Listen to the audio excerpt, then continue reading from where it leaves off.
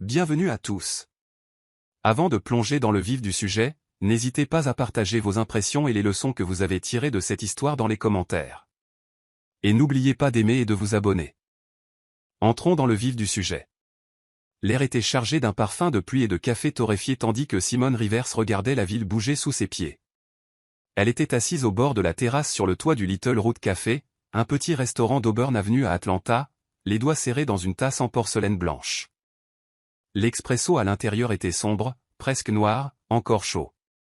Elle écoutait la circulation de l'après-midi, les klaxons des voitures, les voix se mêlant au rythme du hip-hop qui s'échappait des fenêtres ouvertes. Elle essayait de se convaincre que ce n'était qu'un mardi ordinaire.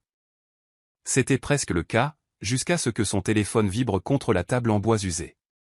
L'écran s'illumina d'un nom qu'elle avait mis des années à ignorer, Darius. Simone hésita, les yeux plissés. Elle laissa sonner 2 fois, se demandant si elle voulait vraiment répondre, mais l'habitude, ou peut-être un mélange de fierté et de curiosité, l'emporta. Elle appuya sur « Accepter ». Simone. Sa voix, toujours douce mais jamais douce, perçait le bruit ambiant. Il y avait quelque chose d'étrange dans sa façon de prononcer son nom, un léger tremblement dissimulé derrière la colonne d'entraînement. « Je t'appelle pour te dire quelque chose. » Simone serra les dents. Elle ne dit pas un mot. Elle a attendu. « Je veux divorcer. » Pas d'excuse. Aucune hésitation. Juste ces 4 mots. Simone resta assise en silence, les laissant pénétrer, comme si elle attendait que son cœur lui dise comment réagir. Mais il n'y avait plus rien à ressentir. Plus maintenant. J'ai vendu Riverside Solutions, poursuivit Darius, changeant de ton. Maintenant, avec assurance et assurance, la voix d'un homme qui vient de gagner sa vie. Déjà et moi quittons Atlanta. Un nouveau départ. Déjà, bien sûr. La femme que Darius pensait que Simone ignorait. La même qui avait passé l'année précédente à envoyer des textos à peine déguisés et à laisser un léger parfum dans la salle de bain d'invités de Simone. Simone posa son café et contempla Auburn, observant la lumière du soleil percer les lourds nuages, dorés et tranchantes sur le trottoir. Darius s'attendait-il à des larmes? À des cris? Peut-être à une supplication désespérée? Au lieu de cela, elle inspira profondément, retrouvant son calme. « Félicitations », dit-elle d'une voix égale. Une inspiration brusque s'éleva à l'autre bout du fil. « Félicitations », répéta Darius, incrédule. « Si c'est ce que tu veux, tant mieux pour toi », répondit Simone en se penchant en arrière, les yeux rivés sur la ville sans fin. Un rire creux et satisfait lui échappa. « Je ne pensais pas que tu le prendrais comme ça. Simone, tu te rends compte qu'il ne te reste plus rien, n'est-ce pas? L'entreprise est à moi. La maison. Mes avocats s'en sont chargés. Tu ferais mieux de rester simple. » Elle jeta un coup d'œil à sa montre. Plus que quelques minutes. « C'est ce que tu penses, » dit-elle d'une voix légère. « Oui, tout est fait. Mon équipe s'est occupée des détails. Ne te fais pas honte en essayant de te défendre. » Les lèvres de Simone se retroussèrent. « Tu devrais peut-être vérifier à nouveau, Darius. » Avant qu'il puisse répondre, elle raccrocha. Une légère bruine commença à tomber tandis que Simone quittait le café, les néons de la ville s'allumant sous le ciel sombre du soir. Son téléphone vibra de nouveau. Elle l'a vérifié. Son rythme cardiaque est stable. De la part d'Avery Thomas, ESQ.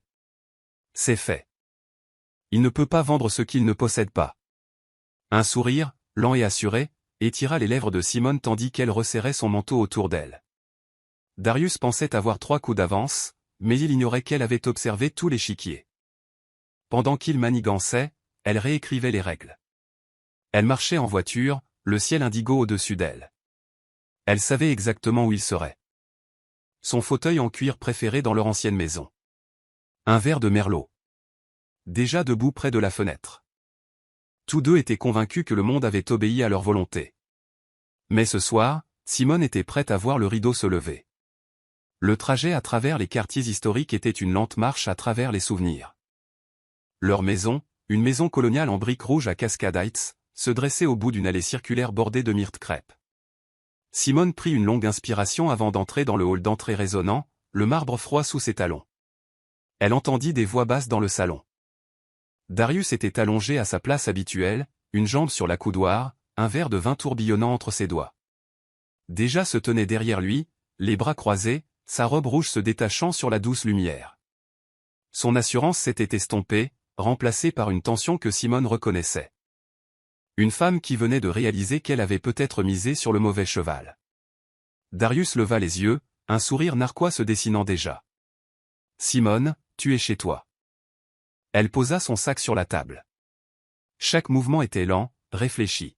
« J'imagine que tu as eu le temps de réfléchir. » Il renifla, désignant déjà d'un geste, comme pour l'inviter à rejoindre son camp. « J'espère que tu n'es pas là pour faire des histoires. » Elle sortit un épais dossier de son sac et le laissa tomber sur la table basse avec un bruit sourd. « Tu devrais lire ça. » Darius fronça les sourcils, mais il attrapa les papiers et les feuilleta. Le silence s'éternisa jusqu'à la rupture. Il referma le dossier d'un coup sec. « Qu'est-ce que c'est que ça ?» Simone ne broncha pas. La réalité. Déjà déplaça son poids, son regard passant de l'un à l'autre. Le visage de Darius se crispa. « Tu bluffes. » Simone entrelaça ses doigts. Selon le pacte d'actionnaires que nous avons signé en 2018, aucune action ne peut être transférée ou vendue sans le consentement de tous les principaux actionnaires. C'est moi. Et cet après-midi, elle a glissé le drap du dessus vers lui. Je suis actionnaire majoritaire. C'est impossible, a-t-il craché. Tu possèdes 52%. Puis tu t'es laissé distraire. Simone a fait un signe de tête à déjà. J'ai discrètement racheté le reste au commanditaire silencieux. Je possède désormais 62% de Riverside Solutions. Déjà resta bouche bée. Darius, tu as dit que tu avais le contrôle. Il s'est retourné vers elle, le regard hagard. Mais Simone n'attendit pas qu'il se rétablisse. Ça va aller mieux, dit-elle en récupérant un autre dossier. Vous vous souvenez des 850 000 $ disparus du fonds de développement? Et de ses contrats avec Southern Insight Consulting, à Miami?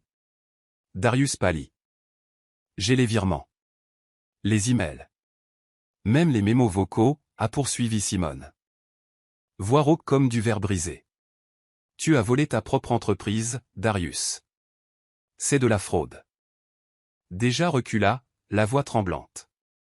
Tu as dit que c'était réglé. Darius l'ignora et se leva, les mains serrées.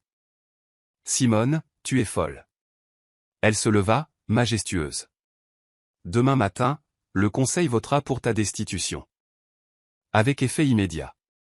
J'ai déjà envoyé les preuves à mon avocat et aux autorités. Vous pouvez essayer de vous enfuir, mais vous n'irez pas loin. Déjà laissa échapper un cri étranglé et se tourna vers Darius. Mais il n'avait plus rien à lui offrir que silence et colère.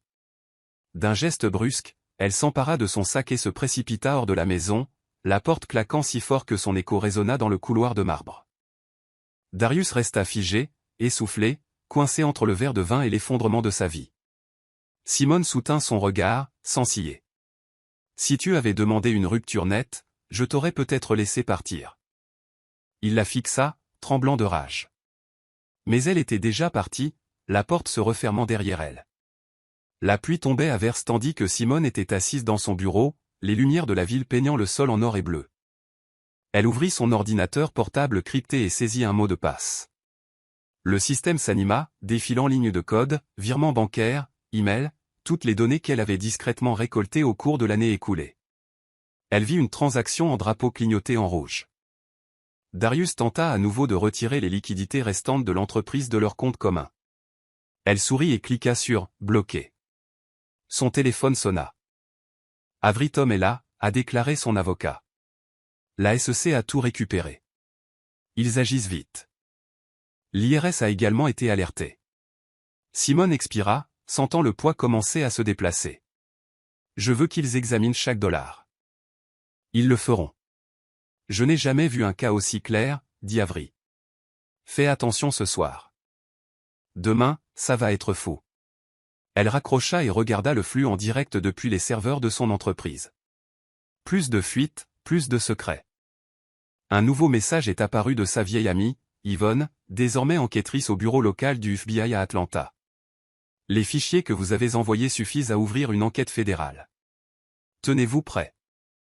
La nouvelle est tombée avant le lever du soleil. L'Atlanta Journal-Constitution titrait sur son site « Un PDG local de la technologie fait l'objet d'une enquête pour fraude ». Sa boîte mail était inondée de messages. Membres du conseil d'administration, investisseurs, les rares amis en qui elle avait confiance.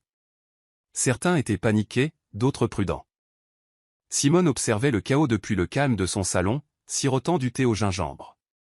Darius, imagina-t-elle, se démenait, essayant de joindre son avocat, peut-être même de préparer sa valise.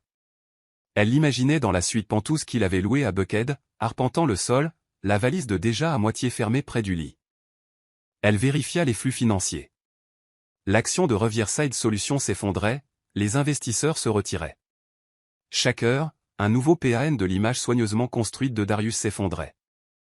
Un SMS d'Yvonne, il vient d'essayer de transférer des fonds d'un compte à Miami. Nous l'avons intercepté. Simone a répondu, tiens-moi au courant. Déjà n'était pas faite pour ça. Elle passa la matinée à appeler des avocats, des amis, tous ceux qui l'écoutaient. Sa mère refusa de répondre. À midi, elle était dans un Uber en direction de Hartsfield-Jackson. La ville se découpait derrière sa fenêtre. Elle composa le numéro de Simone. Une fois, 2 fois, 3 fois. La 4e fois, Simone répondit. Simone, j'ai des informations. S'il vous plaît. Je vous remettrai tout. Promettez-moi juste de me protéger. Simone laissa le silence s'éterniser, puis parla doucement. Envoie-moi les fichiers. Si tu cours, je le saurai. Déjà avait envoyé les documents en pleurant doucement sur la banquette arrière. Simone avait rangé les preuves. Il n'y avait plus de place pour la compassion. En fin d'après-midi, la ville grouillait de rumeurs. Des cars de reportage encerclaient le bâtiment de Riverside Solutions, en plein centre-ville. Les journalistes se pressaient contre les portes vitrées. Simone se tenait dans son bureau d'angle, les baies vitrées encadrant une ville animée par l'impatience. Son assistant, Jordan, entra précipitamment, son téléphone à la main. Il faut voir ça. CNN. Darius Rivers, le patron de la tech d'Atlanta, fait l'objet d'une enquête fédérale. Compte bancaire gelé. Propriété saisie. Simone ouvrit son ordinateur portable. Elle vit le cours de l'action de son entreprise se stabiliser, puis grimper lentement, tandis que les investisseurs prenaient conscience de la véritable force de son leadership. Des contrats restés en suspens ont été soudainement réactivés, et les clients ont envoyé des messages de soutien. Avery a rappelé. La SEC et l'IRS collaborent. Ils impliquent aussi le FBI. Bien, répondit Simone d'une voix aussi assurée que d'habitude. Elle resta à son bureau, les yeux rivés sur l'horizon, tandis que le soleil baissait et que la ville s'illuminait des néons de la survie et de la réinvention. Le soir, le drame s'est amplifié. Darius, désespéré, a tenté de prendre un vol pour Houston avec une fausse carte d'identité, mais il a été arrêté à l'aéroport. La nouvelle s'est vite répandue. Simone a appris la nouvelle par un message d'Yvonne. On le tient. Elle s'est assise, les mains tremblantes pour la première fois de la semaine, et a laissé échapper un soupir qui lui a semblé le premier sincère depuis des années. Le lendemain matin, l'Atlanta Tech Forum annuel remplissait la grande salle de bal du Peachtree Plaza Hotel. Simone franchit l'entrée en marbre, vêtue d'un tailleur bleu marine, ses boucles naturelles ramenées en arrière. Dans le hall, tous les regards se tournèrent vers elle. Pendant des années, elle avait été l'autre Rivers, celle qui faisait fonctionner les feuilles de calcul pendant que Darius souriait aux caméras. Maintenant, c'était elle qui était au cœur de l'histoire. Elle prit place sur scène, l'écran LED géant derrière elle clignotant. La vérité sur Riverside Solutions. La foule se tut. Tous les téléphones sonnèrent. Tous les regards étaient braqués sur elle. Simone parlait d'une voix basse mais vibrante. Certains d'entre vous ont vu les gros titres. Tu veux savoir ce qui se passe maintenant? Elle tapota sa tablette. Des emails, des relevés bancaires, des photos, des preuves défilaient derrière elle. Riverside n'a jamais été un homme seul. L'entreprise est bien plus que son fondateur. Des questions ont résonné dans le hall. Elle s'adressa à eux, un par un, avec des faits précis, le regard fixé sur eux. Nous allons restructurer. Nous allons reconstruire. Le passé ne définit pas notre avenir. Les dirigeants hochèrent la tête, certains avec soulagement, d'autres avec un respect réticent. Son téléphone explosa. Depuis la Jordanie. Les investisseurs vous soutiennent. Les contrats reviennent. Simone sourit, laissant la tension dans ses épaules se dissiper, juste un peu. Cet après-midi-là, la salle de réunion était sur le téléphone qu'elle avait utilisé toute la semaine. Sa nouvelle équipe juridique se tenait à ses côtés. Elle fit face aux administrateurs, dont la plupart avaient autrefois soutenu Darius, leurs yeux se reportant de la pile de documents juridiques vers elle. Tout un groupe de contrôle, dit-elle d'une voix inébranlable. Ceux qui ont permis la fraude de Darius seront destitués. Nous autres, si vous restez, ce sera sous un nouveau nom et avec une nouvelle mission. Elle appuya sur un bouton de sa tablette. Phoenix River Group. Le nom remplissait l'écran. Nous nous concentrons sur la cybersécurité et l'intégrité des données. Des domaines que Darius a sous-estimés. J'ai de nouveaux investisseurs. On avance. Certains administrateurs ont protesté. Des voix s'élevèrent. Elle écouta, les laissa finir, puis ramena le silence. Votons. Les votes ont été exprimés, numériques et irrévocables. À la fin de l'heure, Simone Rivers était la nouvelle PDG de Phoenix River Group. Au coucher du soleil, Simone retourna à son bureau, les lumières de la ville scintillant aux fenêtres. L'actualité tournait autour de son nom, les gros titres défilant sur toutes les grandes chaînes. Le Phoenix s'élève. Simone Rivers nommée PDG dans le cadre du redressement technologique. Les investisseurs se sont rués sur le sujet. Des contrats ont été signés. Les actions ont grimpé de 120% en quelques jours. L'entreprise qu'elle avait bâtie, désormais entièrement sienne, était plus forte que jamais. Un message d'Yvonne. Il est en garde à vue, il essaie de parler, mais les preuves sont irréfutables. Simone ne répond pas. Elle contemple l'horizon et laisse le bourdonnement d'Atlanta lui rappeler qu'elle a survécu. Son téléphone vibra une dernière fois. Un numéro inconnu. Le message était simple. J'aurais dû te croire. Je n'aurais jamais dû lui faire confiance. C'est trop tard maintenant. Elle n'avait pas besoin de chèque. Déjà. Simone supprima le message et ferma son ordinateur portable. Elle se versa un verre de whisky, resta près de la fenêtre et regarda la ville s'éloigner. Pour la première fois depuis des années, elle se sentit totalement, dangereusement libre.